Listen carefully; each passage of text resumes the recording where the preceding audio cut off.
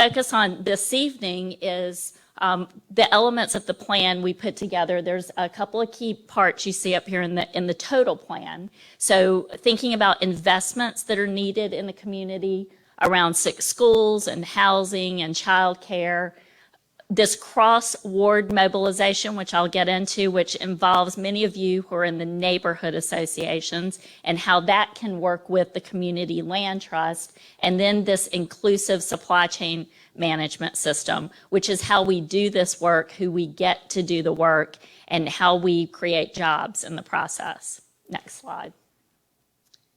So let's just start at the beginning with the land trust. And we do have a couple of videos in here. One video is a new owner in a community land trust in Washington, D.C. It's the Douglas Land Trust. And so the head of that land trust did an interview with the new owner. So we want you to hear from her because she can tell you what it's like from her experience. But let's just start off at the top. What's a community land trust? It sounds interesting, community land trust. It's a nonprofit. It's set up to do housing, and in this case, we're talking about workforce housing because we have an issue with teachers, police officers, firemen, people that have an income but need to be able to buy homes. So we're not calling it affordable housing, we're calling it workforce housing for the people who live and work in this community. So the land trust acquires land. There's a couple of different ways it can acquire it. It could acquire houses as a nonprofit and then sells these houses to people in the community who need housing. The reason we want it to be selling housing and not renting housing is we want to help people build equity, because we know when you own a house and you have it for a few years as the market changes, you've got something called equity. When you sell, you've got some cash you can take out. You can use it for your children to go to college, or you can use it while you're in the house to make improvements. So we want people to gain wealth through that equity through home ownership. We also want to make sure that Rocky Mount's in a very desirable area. It's on Interstate 95. You've already seen some of the success of that. Businesses want to come here because that's the thoroughfare through which a third of the country travels on a regular basis. So the Cheesecake Factory and others, they want to have their logistics here. They want to have their supply, their distribution in Rocky Mount. So it's only a matter of time as people discover they can't live in expensive cities like DC and New York. They start looking for other desirable places to come. When they come in, they can drive the prices up, which is great if you already own a home, but if you don't, they can make that out of reach for the people who live in the community. If you want to see examples of that, you can look at Durham. You can look at Wilmington, where the community has been priced out of the downtown and they've had to move to Brunswick County and Pender County, away from the jobs. So a lot of this has to do with protecting that value of the land so that people can stay here in the community.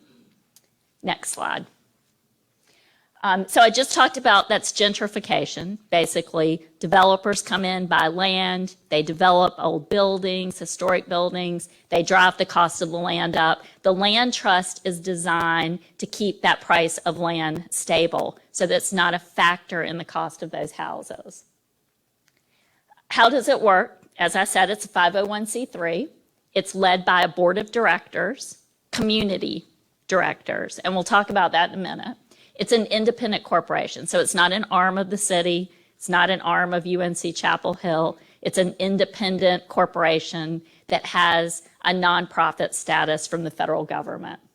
It owns the land and it manages the land. Now remember, the houses will be purchased by people, but it will maintain that land and manage it. Its job is to balance the needs of the larger community. So think about the neighborhood associations, think about the area where it buys houses or builds houses, and it needs to think about that community. So those directors will be charged with looking at the broad community and protecting land and housing. And it's going to operate on a principle of equitable and inclusive development. What that means is it goes back to that supply chain. We would like the houses to be built, rehabbed by people in Rocky Mount. So not bring a firm from Raleigh or Greenville, but have builders, plumbers, electricians, people in Rocky Mount doing the work so that we create jobs. And that means we'll have to think about how we give incentives to businesses so that they can bring people in, how we help people with what they need to sit for a general contractor's exam or a plumber's license. And we want to focus on equity and inclusiveness, and we really want to look at minority business enterprises in Rocky Mount and make sure that it's a fair percentage that goes to those businesses. That's what we mean by equitable and inclusive.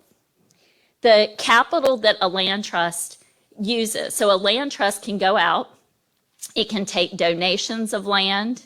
So there may be people here who have passed away, who have a piece of land, their heirs have it, they don't want to manage it. They can donate that to the land trust and take a tax deduction. It's a 501c3.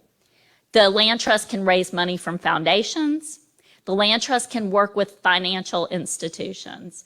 So I worked at the Federal Reserve. It was a banking regulator. The banks have to invest in communities where they do business. That's the Community Reinvestment Act. They have to invest, they have to lend, and they have to provide services. So banks can be a key partner. They can invest in the land trust. They can provide mortgages for the people who buy the houses, special mortgages that go with it. They can do lending for the land trust later. They can provide services. There's a whole range. They can even do workforce development. We can talk to the banks in the area about investing in the minority businesses that do the trades that build the buildings. That qualifies for CRA. So banks can be a huge partner. Private foundations can be a partner. Public entities. Money comes down from the federal government, programs state government, working with the city, can take land that the city may be too busy to upkeep. It may be a good fit for them to give that piece of land to the land trust. These are all possibilities. There's donor advised funds at community foundations where people have put money away and said they want it to be used for A, B, and C. Some of those might match up. And then we have companies in the area that have philanthropic arms or impact investment arms that would want to invest in this as well. So these are a whole range of places a land trust can get land, houses, or capital. The land or the homes, as I mentioned, you can have individuals in the community that may want to donate it. You may have a developer who comes in to do a project and they buy a large piece of land and they present the city with a project. You can talk to that developer about having them carve out a piece of that land for workforce housing. So again, lots of options for a land trust. Okay, this is a short video that a group called Grounded Solutions did that'll kind of summarize what I just said. They work with 255 land trusts around the country, help set them up, help guide them, help collect best practices. So we're going to play this short clip.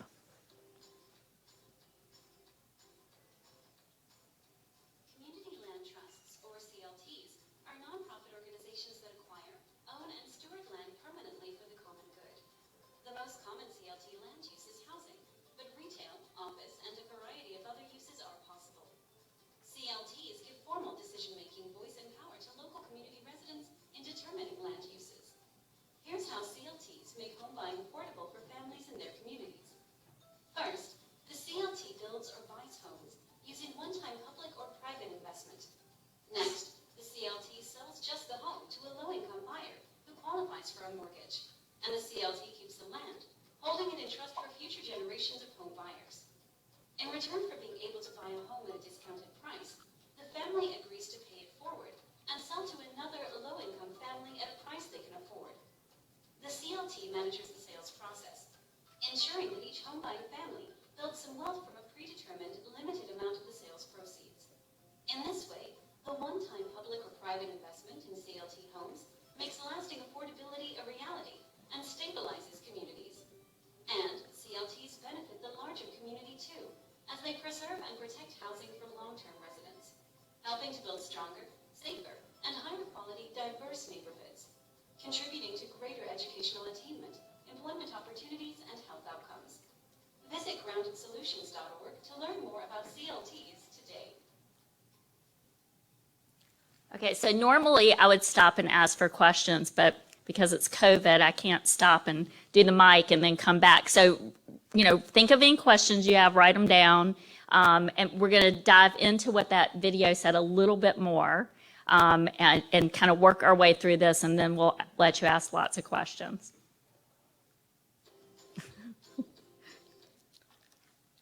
Okay, so basically, in that video, it talked about the buying process. So the land trust owns the land, going to build houses or renovate houses. And we're going to talk about something extra special for Rocky Mount in a few minutes, which is not just building the houses, but also building accessory dwelling units, which would then offer more opportunities for places for people to live, as well as potentially more income for that homeowner.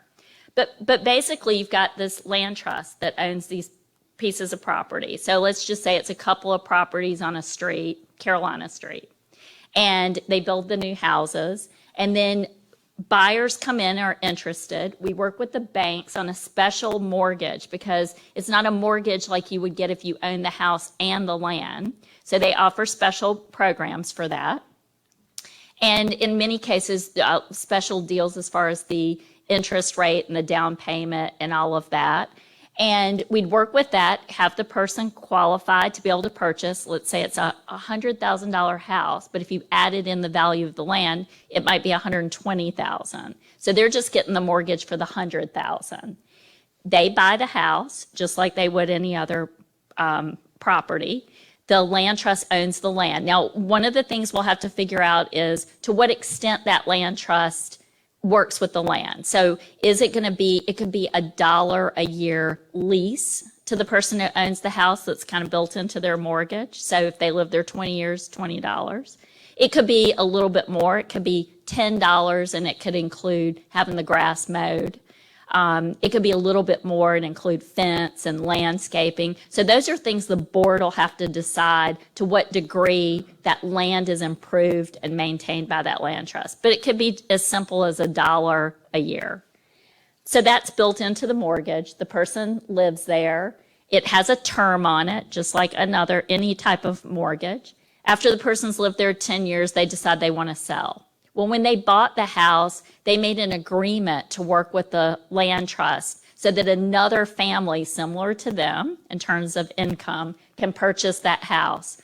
They sell it. The land trust is part of the deal because of the land. The next family comes in and buys it. The original family, maybe the house now values at $120,000. It goes back to that price. They take their equity. They move on. The next family comes in.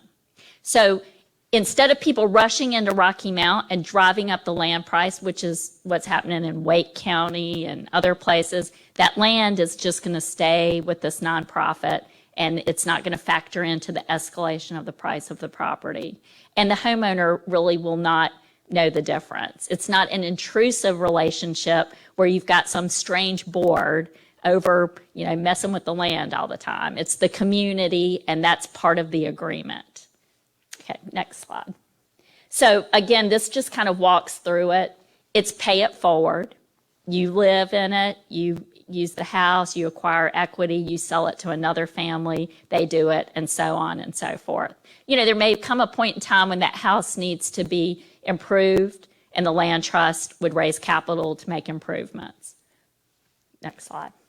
And so this is just a quick example of that. Like I said, maybe it's a $100,000 house, $80,000 for the house, $20,000 for the land. You work out the mortgage with the bank. They buy it. They live in it. We figure out what the terms are with the land. They sell it, and then we just continue cycling on. One of the reasons why a lot of land trusts do rental, a lot of land trusts do multifamily. We were really keen on Rocky Mount doing ownership because the ownership rate here is lower than the average in North Carolina. So this looks to be a place where people will benefit, and we know from our experience here that people will benefit from that home ownership, and that will help create wealth in the community. So we're looking at a 1,300 square foot home 3 bedrooms, 2 bath. What used to be somewhat of a starter home, but in many places, the cost of those is out of reach. With this additional unattached small unit called an accessory dwelling unit or a granny flat, or it could be an office, but it would have, according to the code in Rocky Mount, it could be rented to others. It could be a caretaker for an elderly person in the house. It could be a child care worker who works with the owner of that house on a home-based child care. Lots of options. You've increased the density. You've added another option for people for housing, and potentially you've added another income stream. It would be a unit with that land trust. So it would not be, I move, I sell the house, I keep the rent from the accessory dwelling unit. The house and the accessory dwelling unit are separate as far as utilities, but they would be a package deal in working with the land trust. So what do we have to do? So that's kind of the basics of the land trust. Now, what do we have to do to create this in Rocky Mount? Well, we have to create this nonprofit. And so there's some steps that we go through. We create that, and I'm going to go through the steps. And then we'd want to have a business plan, and we've put together some ideas for the city as to what that business plan looks like. We've talked about equitable and inclusive development. So we have some ideas about that. We're calling that an accelerator for trades. You've heard about business accelerators. This is one that focuses on masonry, construction, plumbing. This would be the job supply for that house. And we've also talked about a child care accelerator. So we'll go into that in a few minutes as well. But we've thought about some ways to help. We have a lot of women who are not able to work, especially because of the pandemic, because child care has gone away in homes and in other places. So we want to think about ways that we can maximize people in employment. And one of those might be at-home-based child care. So we've come up with some ideas about how we can incorporate that. All right, so there's some basic elements for creating this nonprofit. You get some incorporators. We find a few people in the community to come together to agree to take on that fiscal liability of actually creating the land trust. They're going to be board members.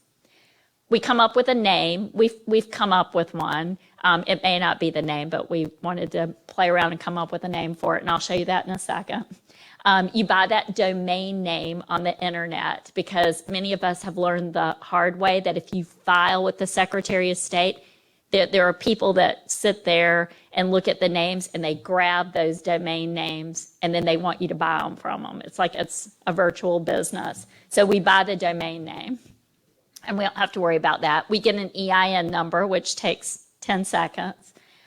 We file the papers with the Secretary of State and get that paperwork going. And then we have to start supplying some other material. So we have to supply the Secretary of State's office with the board.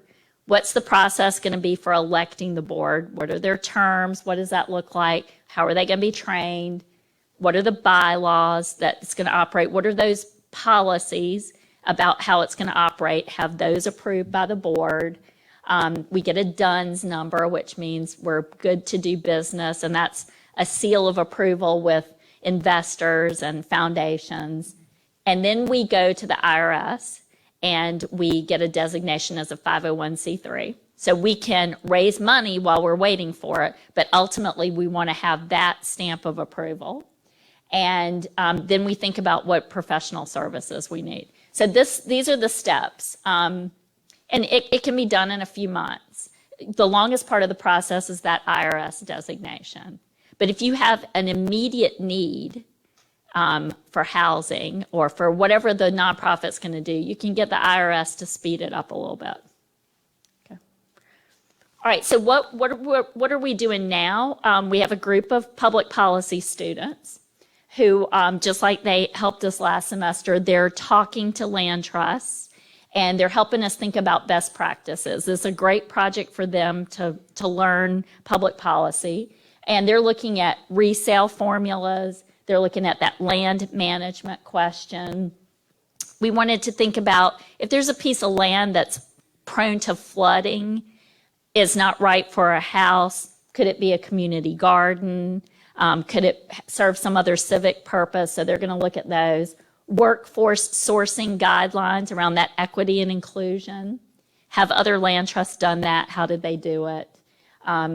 Should we ask the city if they'll think about an expedited approval process so that maybe we get to jump to the front of the line when we have a property ready, since it's so important to provide people with housing? That training of the boards and qualifications, incentives. So we have a group of students that are going to spend a couple of months looking at best practices and give us some ideas of which of these might be the best way to go for Rocky Mount. And that, again, will be up to the board of directors. Okay, so this is just an example. Everything I'm going to show you is just examples from here on out. It's not set in stone. So this name, we came up with this name as a placeholder. You may hate it or love it. It's just a placeholder. Restoration Rocky Mount, a neighborhood land trust for the Rocky Mount Metro. And an example of a board, many land trusts use this example. They have a large board, 21 people, that's in 3 different layers. One layer are people that buy houses that belong to the land trust, so they're homeowners.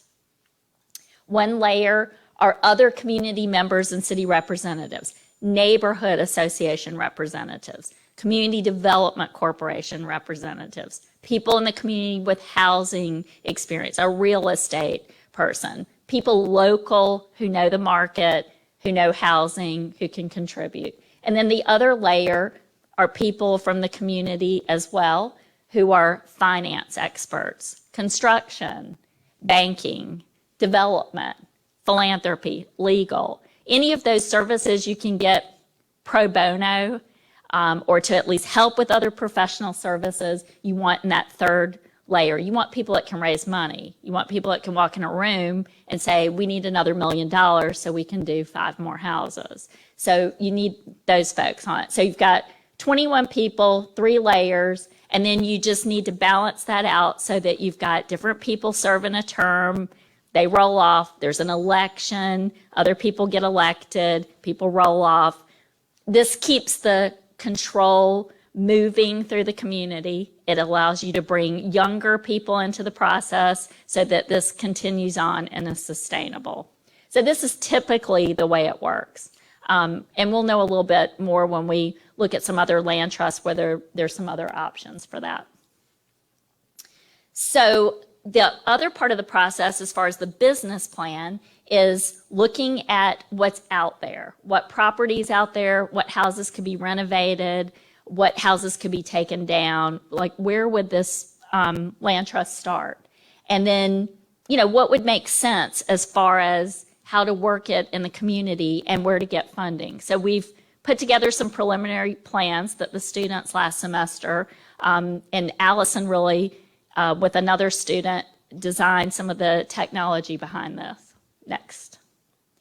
So we looked at some properties. There were a number of properties purchased about 4 years ago by Self-Help Community Development Corporation in Durham.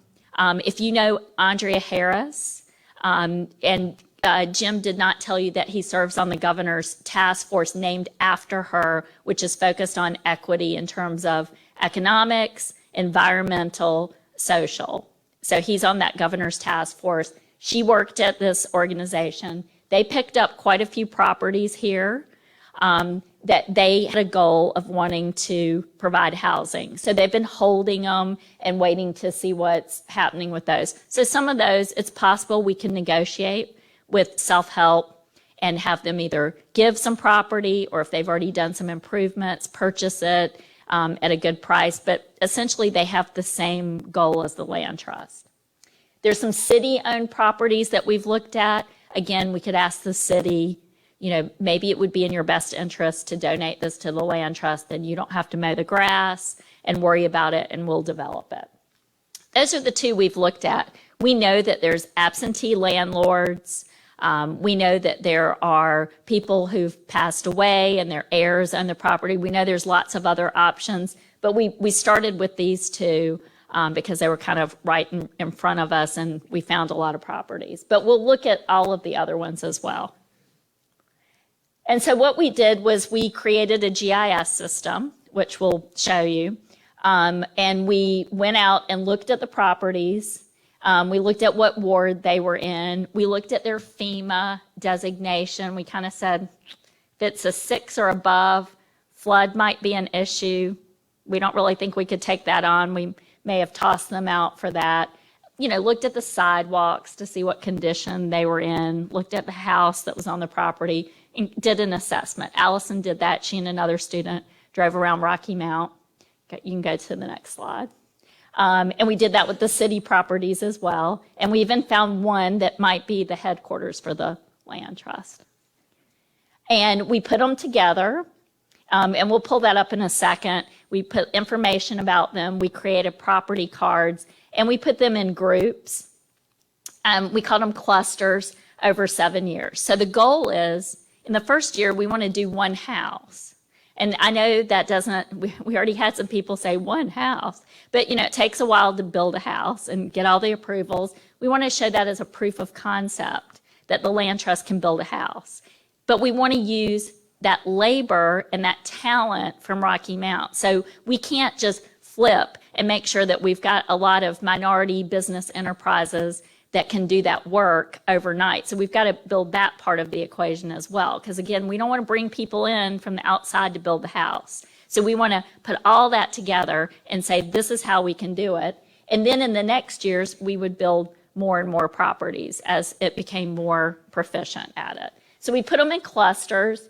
And we also thought it would be good if you built them where possible adjacent or in a neighborhood, because then when you drive through, you could say, that's our land trust, those 3 houses, and it makes a lot more of an impression if you have a couple of houses together as opposed to one here, one here, one here. Can't necessarily see the effect as well.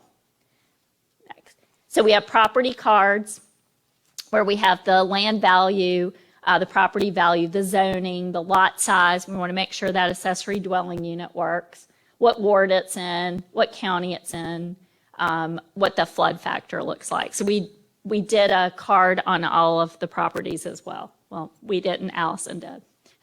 Next slide. So we can click to those.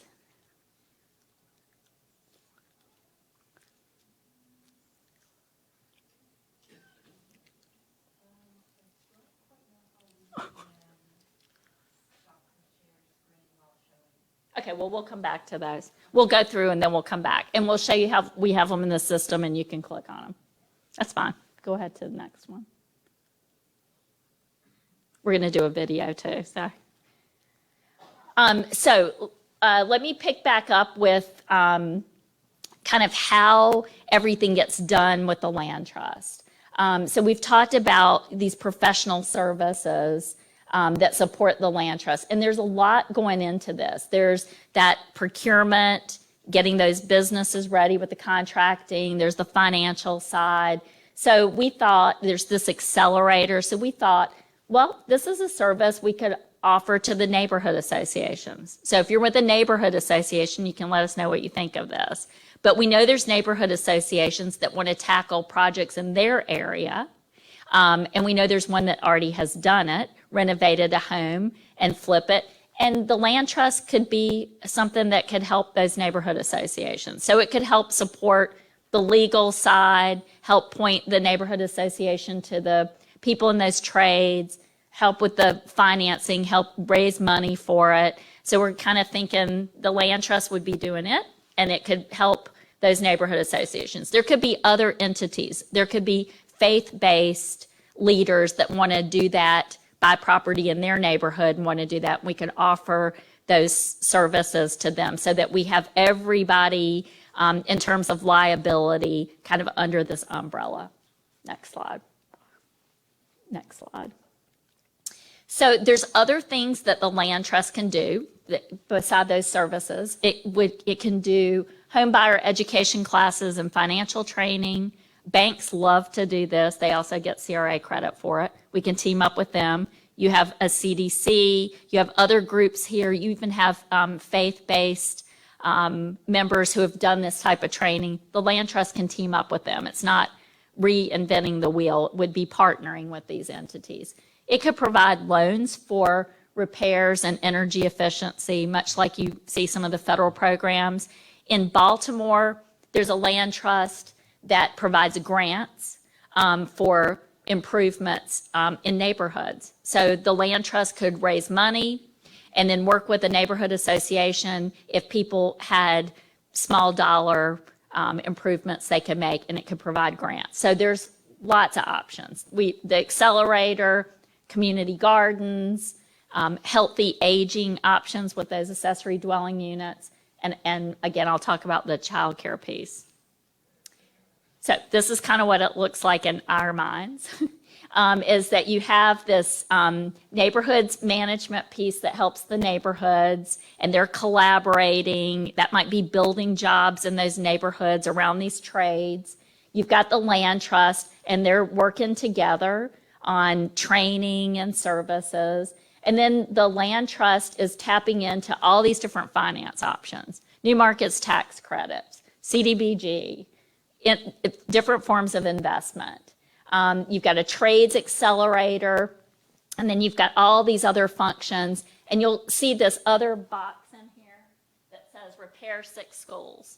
Because along the way, Dr. Johnson discovered that we have a lot of delayed maintenance on schools, predominantly in low-income neighborhoods, and these schools are sick. They have bad air quality, they have bad stuff in the walls, they're situated in bad places, they've been hit by hurricanes and haven't been renovated, and counties are sometimes strapped as far as facility money to improve those schools, yet our kids are back in school in these school buildings. So we thought, you know, we could also look at some of those buildings and how could that trades accelerator support more jobs. So you hear about the green economy, fixing up these buildings. We can take those same minority business enterprises and put them to work on those 6 school buildings so we can have a complete cycle. All right, so accessory dwelling units, I mentioned those as supplemental income, you know, possibly in-home child care, increased housing options, senior care workers.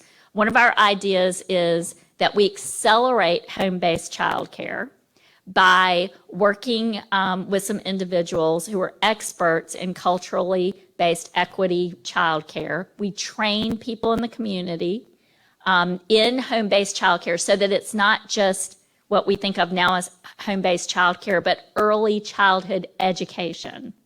So we put them through a training program, and then we give them extra wages that rewards them for that early childhood. So we start to build a base of really good early child care in Rocky Mount. And then we can use that with these accessory dwelling units.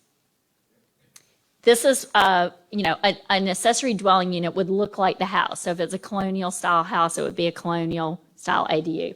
This is a kind of a more mod one, but this is what it looks like. Separate from the house, living area, kitchen, bathroom, 800 square feet, like a studio apartment, which that studio apartment in Washington, D.C. would be $2,500 a month. So you would have people who'd want to live in these.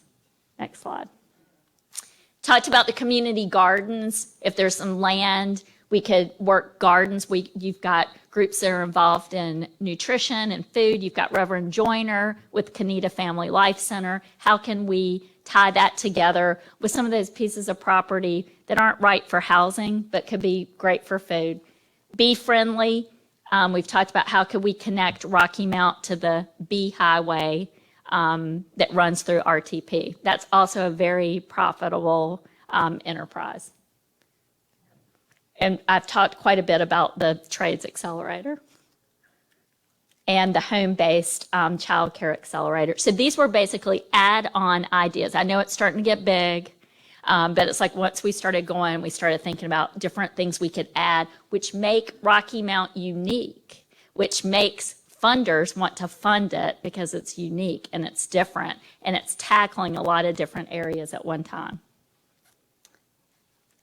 So that equitable childcare, again, having individuals go through training, they get certified from the Keenan Flagler Business School for early childhood equity, and then we give them a wage increase for a period of time, and then we work with others in the community to have the market adapt to that. So instead of just having home-based childcare in these accessory dwelling units, we have true early childhood education. And then I mentioned Allison's also putting together a GIS system for the sick buildings. We've been targeting those. There's lots of different financing we could look at for those buildings. We've got an infrastructure bill that's going to eventually come down from Congress that's going to be all about green jobs. Most of them are in opportunity zones, so there's options for private investment, just a lot of opportunity to create economic justice out of environmental injustice in these school buildings in these communities and help the county with that. Next slide.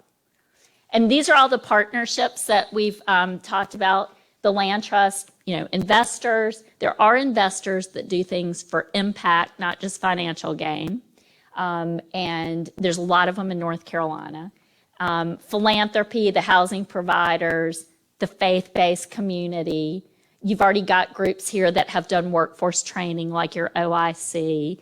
Lots of different groups. The land trust can partner with them. It's not about reinventing the wheel. It's about partnering with who's here doing what now and then building this process for workforce housing.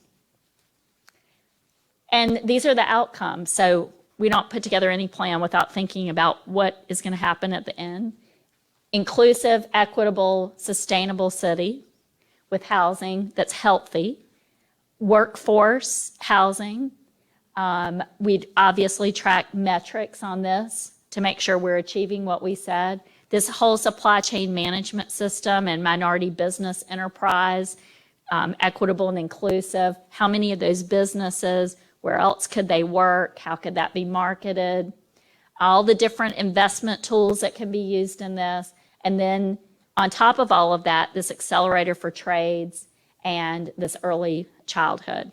All right, so now we'll stop, go to the GIS, and then we'll go to that interview.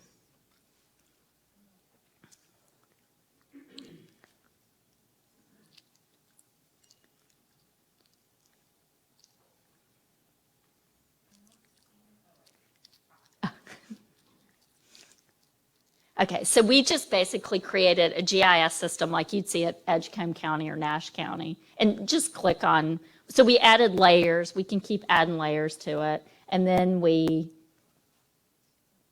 put the information in about the properties and just a good planning tool to think about what properties. As people come and tell us about properties, we can add them and then we have this whole system for it. Yeah, got all the information in it, what census tract, what its condition is, what its value is, just all of that information so the land trust would have its own tool to be able to look at these communities. Okay, perfect. All right, now we're going to go to an interview. This is the Douglas Land Trust in Washington, D.C. And it's the director of the land trust interviewing a woman who just bought about 2 months ago in that trust. So I just started recording. This is Adam. I'm the director of stewardship at the Douglas Community Land Trust. I'm here helping out some of our friends by passing off along some questions to one of our newest homeowner in the Douglas Community Land Trust, Mary Pena, who's been nice enough to help us out with answering some of these questions. So without further ado, we'll kick it off right now. Mary, if you could help us out by just introducing yourself a little bit, what you mean, how you got involved with the CLT and buying into, along with how long you've been living in DC. Well, my name is Mary.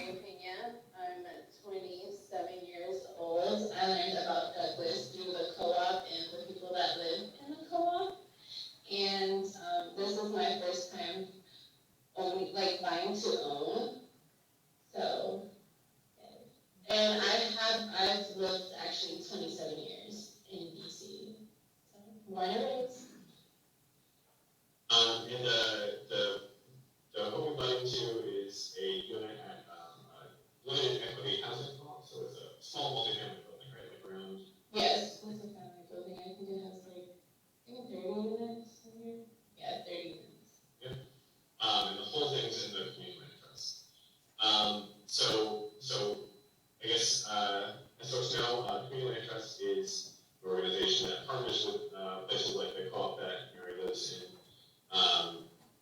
and provide ongoing stewardship and kind of community engagement services and opportunities to folks. And so I think people are drawn to CLTs and CLT properties for different reasons. I think Mary, if you can share a little bit how you learned about it again, or I guess maybe what you learned about it in the purchase process and why you decided to buy the unit that you did and join the CLT community. Well, I learned about the Douglas CLT through the people that live here in this specific building on 14th Street. And I want to say just being very quick and responding to me with all my questions and having like that open door made me comfortable, because as you know, a young person and being my first time experience, like I was very nervous, very like unsure if that was the step I wanted to take. But the company definitely made me feel comfortable and always answered my questions, like really helped throughout the process. You know, I would hear that. So, and for people outside of DC, this co-op is located on 14th and close to U Street Northwest, which is one of the most gentrified areas. Would you say, Mary? Yes, because I was like, I've lived in this.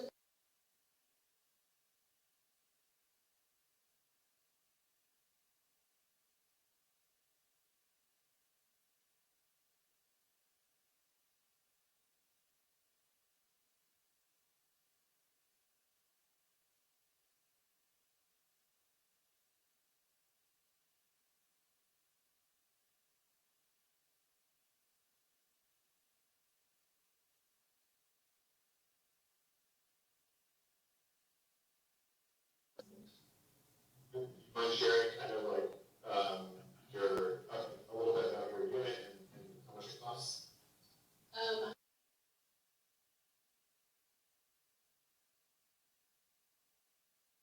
It's a remodeled unit, so it has like marble countertops, these cool little slides. There's washing and drying machines downstairs, which is like for the building. Also has an awesome view to the monument. And good lighting. I live on the 6th floor, so I don't even use my light, so that's very awesome. Do I share how much it is a month? Yeah. So a month it costs me $1,190, and my mortgage aside is like $200 a month. Altogether with the loan I took out, it was like, I want to say 40,000 dollars. And like I think one bedrooms in that area for rent are what, around like $3,000 a month? A studio in this area is like 1,500. One bedroom is close to like 1,600. Bedrooms are like. And that's not including utilities. Yeah, so it's, you know, we're glad to work with the co-op to preserve this property early on, and glad to keep it affordable moving forward. So, and the shared loan program was something that we were able to do as a CLT in partnership with one of the credit unions here that is unique to kind of our organization. So. They were awesome too. Yeah. All right. So can you talk a little bit about the community of the co-op and the CLT kind of generally, and the resources that you kind of have access to as a member of the CLT that you wouldn't in other kind of situations? Well, with the community in the area, like everybody in the building is like either family or like married, so I'm a mother too, so that's like very convenient for me, very comfortable, because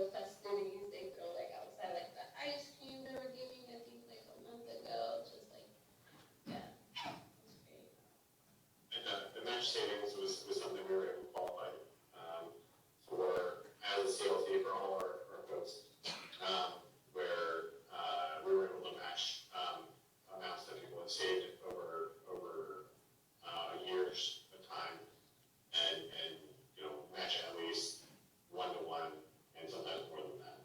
So very glad we got to work with folks. And another thing that I got that I didn't get in my previous place was I got like a welcome home basket, which was so nice. I'm glad that I got you that coordinating. Great. So I know you bought in just a couple months ago, so we had a chance to go through the weatherization kind of trainings that we offer, or the tax, right? The new home buyer tax trainings, right? How do you pay for taxes now? Yeah. I'm making like this. Yeah, no, we'll make sure you get that invite. But those are definitely coming up, and it's something that we do on a regular basis for all our homeowners. I think, let me see. I guess 2 more questions. Yeah, I think that's good. Yeah, so you can hear they're talking about extra. So this is DC. So this is a multi-unit property, but they're talking about training coming up around taxes and weatherization. And she mentioned a savings program. These are all those programs a CLT can create. So they partnered with a credit union, and they've set up a savings programs for the homeowners. So that's a lot, and we know it's a lot, and so we'll stop now and take your questions.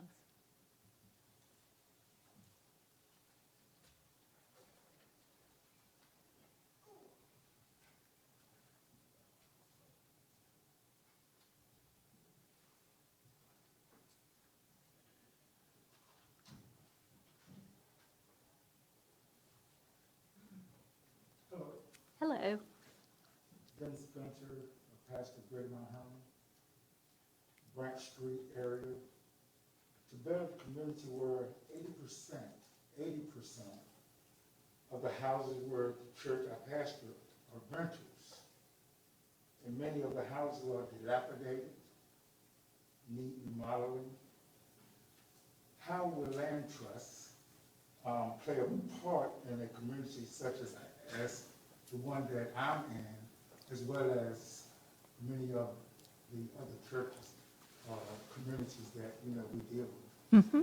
So how would land trust play a part? Well, so we would need your, and I'm just saying we as the land trust for now, but we would need your help. So we would need you, because you know that community, to help us figure out which of these properties are landlords that live out of state, that live out of town, which have the landlords passed away and there's heirs that own the property. So you can help us. We can look it up on the tax books, but it's not the same thing as you knowing that community and possibly knowing them. And then we could come and work with you. We could have a workshop if you would let us do that with you, and we can invite them in and explain to them what the land trust is, and then start to work with those individual landlords on what options they could have working with the land trust, donating the land, selling the land, but do a workshop that would be even more involved than this. One of the major problems that we are experiencing in some of our communities is, the dilapidated remodeling and, of course, beautification. So, we're trying to do beautification. Matter of fact, we have a team beautifying our community this Saturday.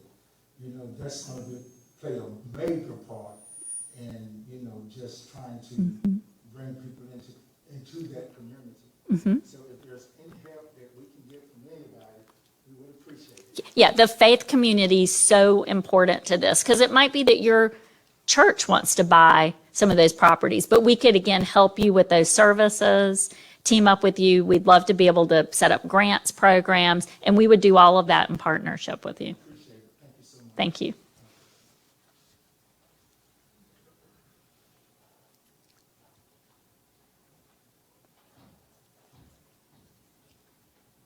Thank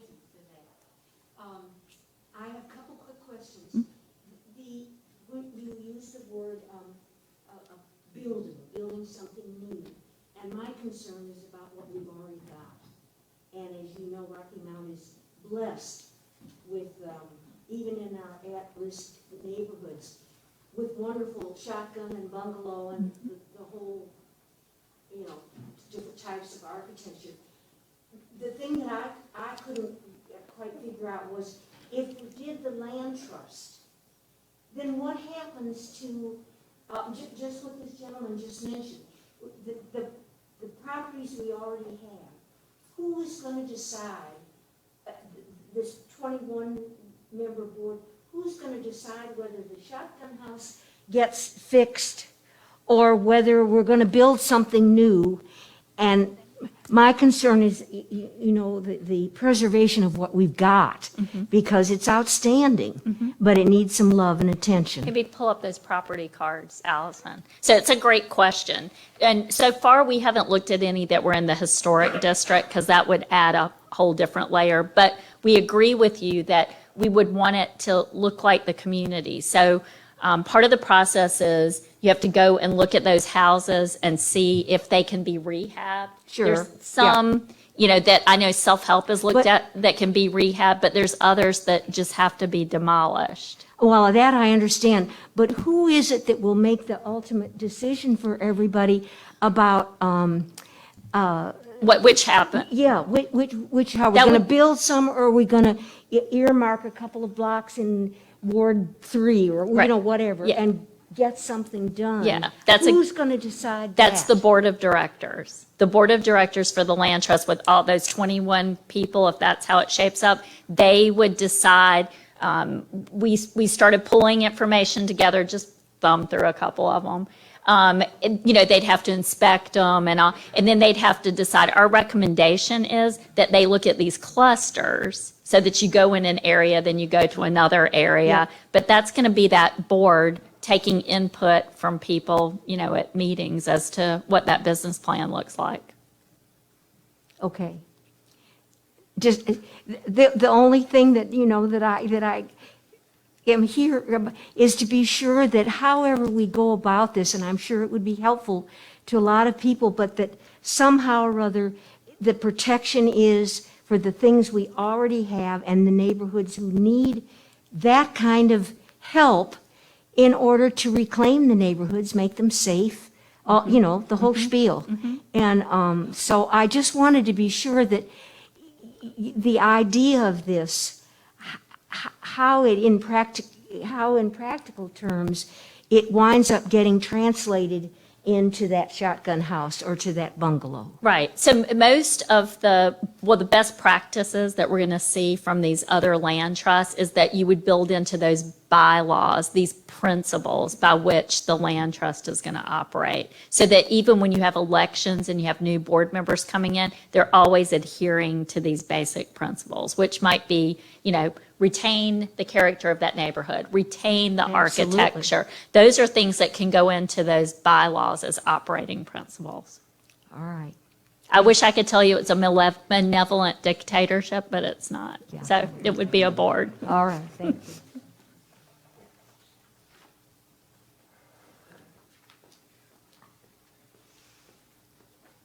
Hi, my name is Antoinette Cutler, and I am from the Hillsdale area here in Rocky Mount. My question, I actually have two. And the first one, I have a 501c3 already, and Restoring Women Empowering Lives Outreach Ministry. I've already talked with the other officers of our community and reached out to them about my 501c3, using it in the past and in the future. And so we are concerned about, is there a team of people that would come in and help us to set up so that it can come under the umbrella, but also be able to bring in the Hillsdale Association to teach us how to go about this 21-member board. How does it go about running when you have a faith-based ministry already, and you're also the president of the community, and trying to work in that area. Okay, so let me make sure I have it. So you've got a 501c3, Yes. and its mission is ministry. Well, its mission is ministry and outreach. Okay. Restoring women, empowering lives, outreach Okay, ministries. okay. And you want to be able to pull that neighborhood association functions in with that 501c3? We are interested in pulling that 501c3 Okay. into And then the possibly neighborhood association. partnering with the land trust? Yes. Or maybe even eventually being your own land trust?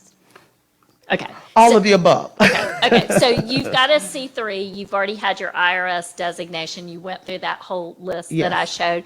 So usually what you have to do is you have to go in and amend it because you've already submitted it and said, this is our purpose, this is what we're doing, this is how we're handling our money. So it's just a process of amending it to talk about the new functions. If you're a straight C3, it's in that whole booklet you had to do to get that C3, there's going to be a number of areas where you have to rewrite that description, resubmit it, and have it approved. They don't take it away, but they approve it with those new functions. So that's the process. So what we would hope is that that professional services in the land trust would be able to help neighborhood associations create that type of entity. And then you could be doing houses and renovations and working with the land trust. Okay, the other question, thank you so very much. The other question is that, now when we're homeowners, we normally leave our property to our children, husband, spouse, or whatever. And let's say that, you buy into it and your husband or your children, how does that As play far a as a part? property and a land trust? Yes. So it's really it's gonna depend on those operational procedures that board sets up, especially with that land piece about leasing the land. But just like in any other mortgage or deed, it could pass to the spouse or the children. They would just have to adhere to all of those same provisions of the land trust. But it can absolutely have all of that built into the process. I hear you say also that, and this is 3 questions, I guess. That's all right. As far as if you have property that is, older property, I can't think of the word, but now I'm thinking so many things. questions. Historical properties. So is there another part of this that is for historical properties? Yeah, we did, first take on this idea and this plan, we didn't look at any properties in the historic district because then you've got all those other layers that you have to do and it costs more. And so we started with the easy stuff first. Okay. But I mean, there's no reason why a land trust couldn't operate. I just think it has to get some experience under its wings before it can take on those more complicated ones. Okay, thank you. Is there any information for that? Because I have some property that is, and just Oh, and interested in in the information. historic, yeah, there's lots of information about what you do with a historic property, and there's different types of tax credits that you can use for that. So yeah, I can point you to a lot of information on it. Okay, thank you. Thank so you. very much.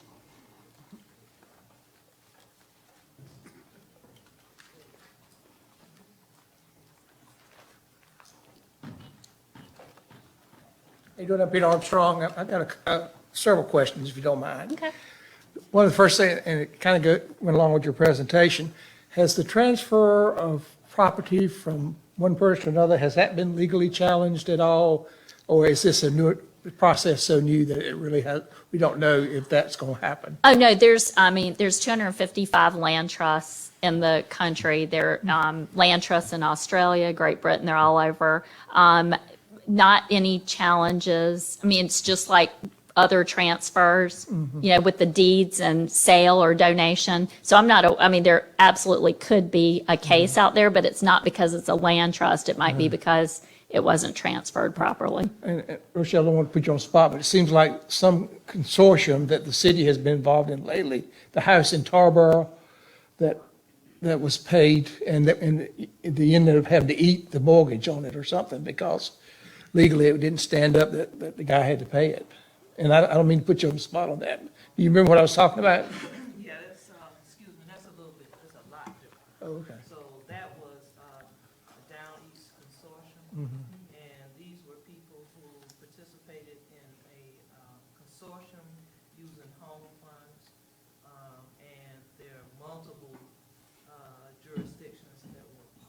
The jurisdiction that you're talking about is associated with Edgecombe County. The city serves as the purveyor, Yeah. the organizer of it, and in that particular case, in Tarboro, where this property was located, the heir of the property challenged Edgecombe's, I guess, practice Right. of keeping the property, but they ended up voting as a board, they being the consortium and the Edgecombe folks, voted to give that property back or to give the property to the heir. So this is completely, Yeah, well, I know, but it sounds like a kind of I know it's completely different, but it sounds like a transfer of property from one to another and not having to pay, so, but anyway, that's fine, I appreciate it. okay. Right. It is. Yeah, quite- I mean, you can run into those issues Yeah. with any of those deals. I think it's,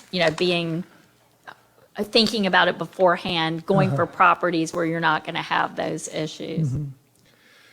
As a resident of Nash County, it kind of bothered me that it indicated Rocky Mount, Edgecombe County, like we're not talking about Nash County, and that's just a point Oh, of so, information. so that play name that I used, it was the Greater Rocky Mount Metro. So again, that was just, Okay, that's fine. that was I just me sitting up late, coming up with a be- name. Well, be careful right here, because I know. that's always an issue, But it didn't have, unfortunately. well, in the properties that you saw in Edgecombe, Yeah. those were examples too. And I understand that there's a I- tremendous need there. I Yeah, mean, I don't yeah. have a- So I'm I don't not have a problem slighting with that. Nash, It's no. just, one of the issues that has come up in my neighborhood is the use of accessory dwellings.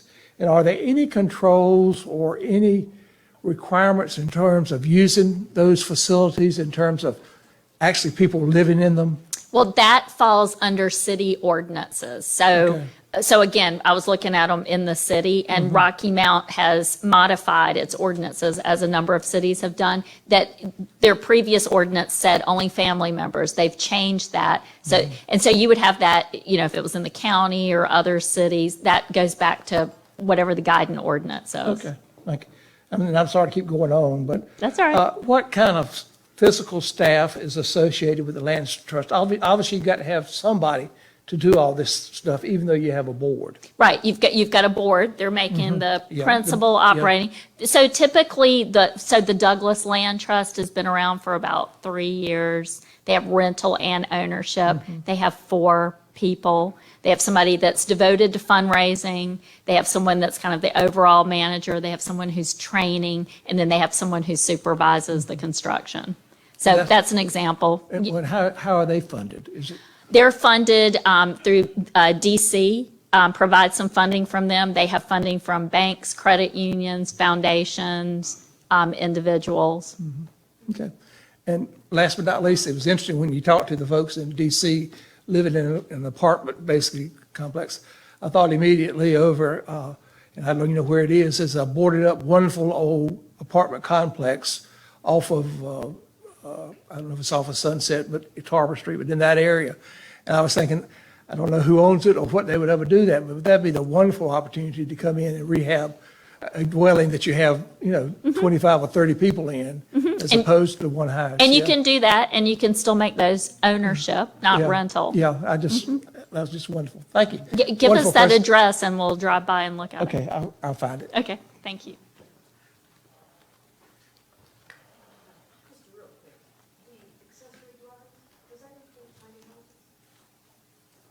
There's a specific definition for accessory dwelling unit. We'd have to pull up. So usually tiny houses includes wheels and movable foundations, and accessory dwelling units a permanent foundation. And very temporary, yes.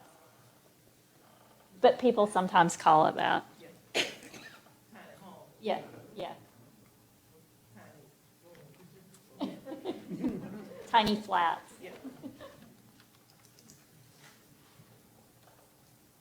And we know it's a lot of information. We're going to leave your city manager with some information, and we'll take questions by email or phone.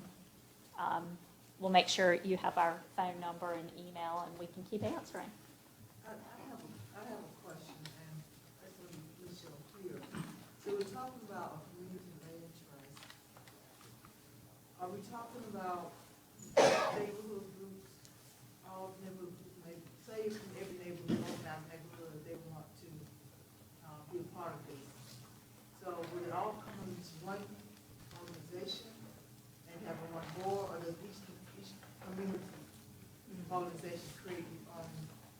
Well, I think that's up to the neighborhood association. So I think, so some neighborhood associations might want to create a 501c3. We were looking at it as an umbrella relationship where we had certain services that we could be of assistance to the neighborhood associations so that they could do houses and we could help advise on that. But I think that would be up to the neighborhood association. Envision the legal role, be an attorney that you could go to across the neighborhood association, so you wouldn't be incurring that cost individually and various services like that. How will this go forward now in terms of what everybody's here, how they feel about this, or how will it go forward now in terms of the decision-making? We're gonna try this, or we're gonna, it sounds like there's still room to push things around a little bit, and it's not set in stone. But what's the process now? The public meetings, and then,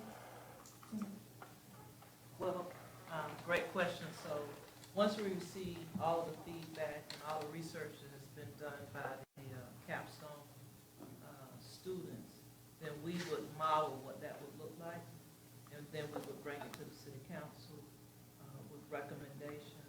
They in turn may ask for additional feedback, but eventually it's the council that would take the vote to allow this to be so. How is the board existing with 7 homeowners if you haven't started the program?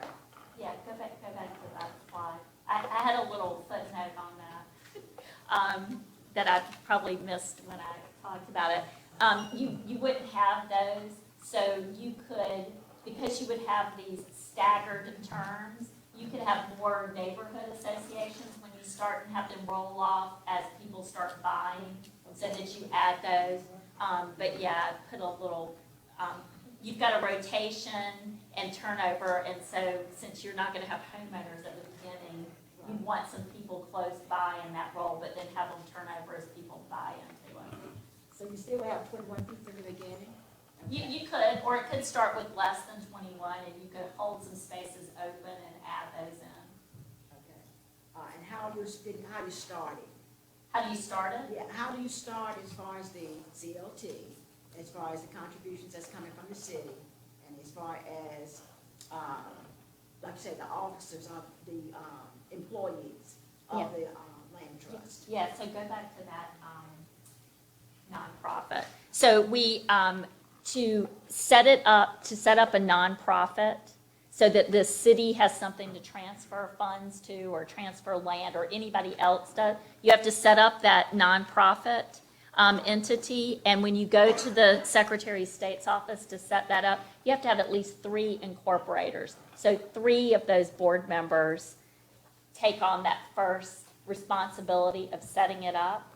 And then you start to, oh, I'm sorry, go down a little bit. Keep going.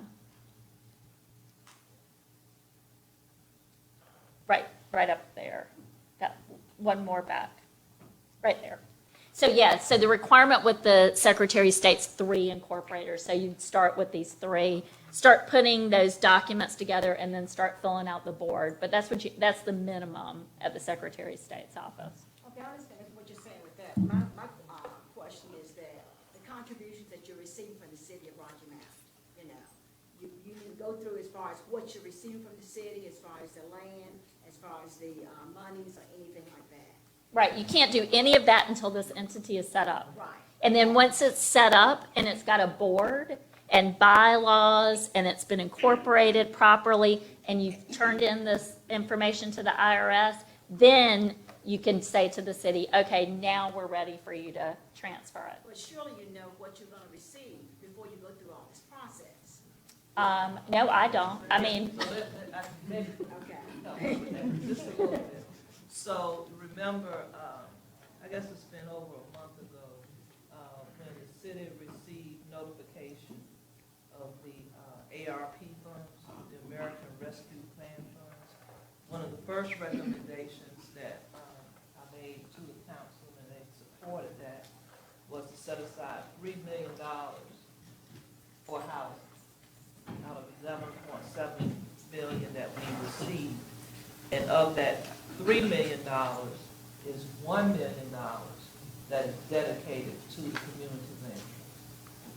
So we have funds available should we move forward with this to help with that. In terms of land, we haven't gotten quite that far. But certainly, there are properties, that the city does own that may, in fact, be of interest to start the whole home ownership piece of it. So we do have startup money, if you will, and hopefully those funds can be leveraged with other corporations, banks, the Golden Leaf Foundation, just a number of PNC, which is the city's bank, and it's certainly a big bank here in Rocky Mount.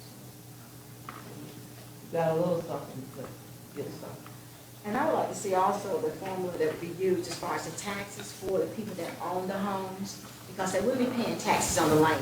They want to pay They're taxes paying on that. taxes just on the house. Right. So I'd like to see as far as a formula for that before, we go through all this process as far as what needs to be done.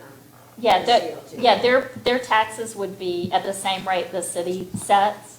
They just would be paying taxes on just the house, not the land. Not just the- It would be separate, unless the board acquired capital and wanted to, offer some sort of rebate to homeowner. I mean, there's all kinds of financial tools the land trust can use, but basically the tax would be the tax rate of the city. And you also mentioned as far as they would lease the land from CLT. So, why would they have to lease the land if they're not being charged, not owning the land? They would be leasing the land from the land trust. So the land trust would own that land, and then it would say, our agreement's going to be $1 a year every year, and that would be built into their mortgage. But the land trust is still going to be responsible for the land, so depending on what that formula looks like as to what they have to take care of, it's going to be there, and it's not going to be less than $1 because that's kind of the standard for a contractual arrangement. Okay, so out of the 255 land trusts, is that an amount that they normally charge is $1? It's all over the place. It depends. Can you give us a range as far as? Oh, I mean, there's some that it's $1 a year. There's some where they provide all sorts of improvements like landscaping, regular monthly maintenance, mowing the grass, where depending on where it is, it could be $25 a month or it could be $200 a month. It's all over the place. From the property that's in DC, she said she's paying like $1,100 a month, and $200 is going into savings for her, is that what she said? Yes, they set up a special savings account for homeowners to have for major repairs, improvements that they want to make. They teamed up with a credit union, and if the homeowner puts $200 in, the credit union matches it, and then that person has a savings account built in. So there's all kinds of programs you can build in. So, but the programs pretty much are decided by the board of directors in each situation. Yeah, you want a board that's creative and connected and can think of all of these types of training and program to help build value for those people in the land trust. So earlier, when you were talking about, after a family decides they want to sell their property and move out, then there's repairs needed on the property that the trust is selling. And they'll decide what degree of improvement will be made and raise money to make those improvements.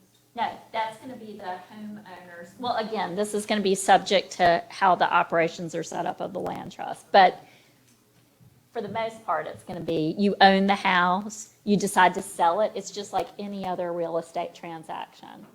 You're going to sell it, but the agreement with the land trust is going to be, these income requirements of the homeowners that come in, and the land trust keeps the land. So you're going to make the improvements or not, and the price is going to be based on that. Now, the land trust could come in and say, yes, we're going to do X, Y, and Z before the next person comes in, but those are all going to be decisions that board has to make.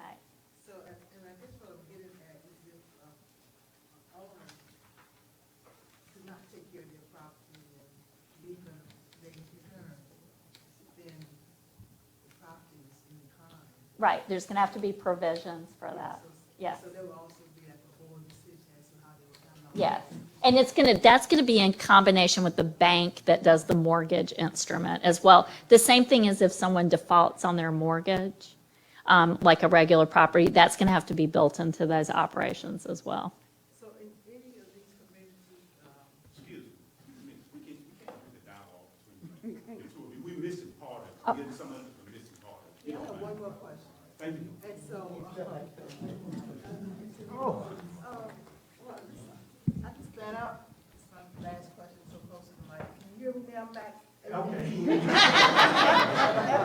I'll recap it for you. Okay. Well, what I was getting at was housing covenants, and is that something that these community land trusts, they use that in some situations? Yeah, there's some land trusts that have covenants built in. So recap is worrying about properties in decline, how the land trust is going to retain value. That's why it's so important that we have these students looking at best practices, because they're going to collect all of these details from different land trusts so that you can make a good decision on which way we should go. Lots of decisions, yes. Yes, ma'am, just one quick question. So once the city council decides to go forward with this, and you talked about the 3 incorporators, I think it needs to be clear those incorporators are responsible for the initial fees that go through the IRS, unless they have some sponsorship. They're also responsible for laying out the bylaws. So how would those first 3 incorporators be decided? And then the board training for the remainder of those that will come on, how would that be decided to get started?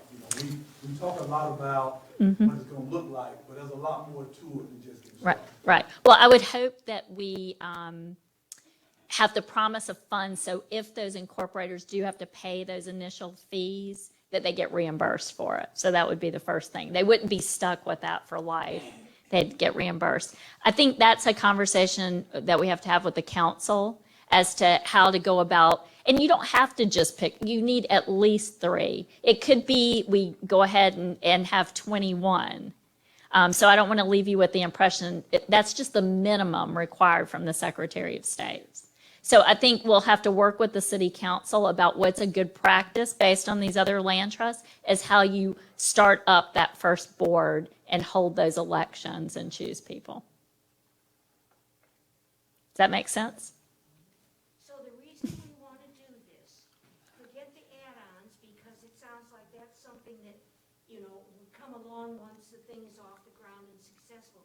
So the reason we want to do this is the land trust provides us the expertise that I wouldn't have about the bank or that's one of the rationales for doing this, is because they then will step in and be the leadership that directs us how we're going to buy this house, or is that the main benefit for the community? So I'm going to answer this as a former Federal Reserve person who saw a lot of land trusts and helped fund them. So typically, communities there's lots of options when it comes to affordable housing and workforce housing. The reason a lot of communities choose to go this direction is because it is a community-owned and operated entity that is going to help preserve housing, halt or slow down gentrification, and keep the native population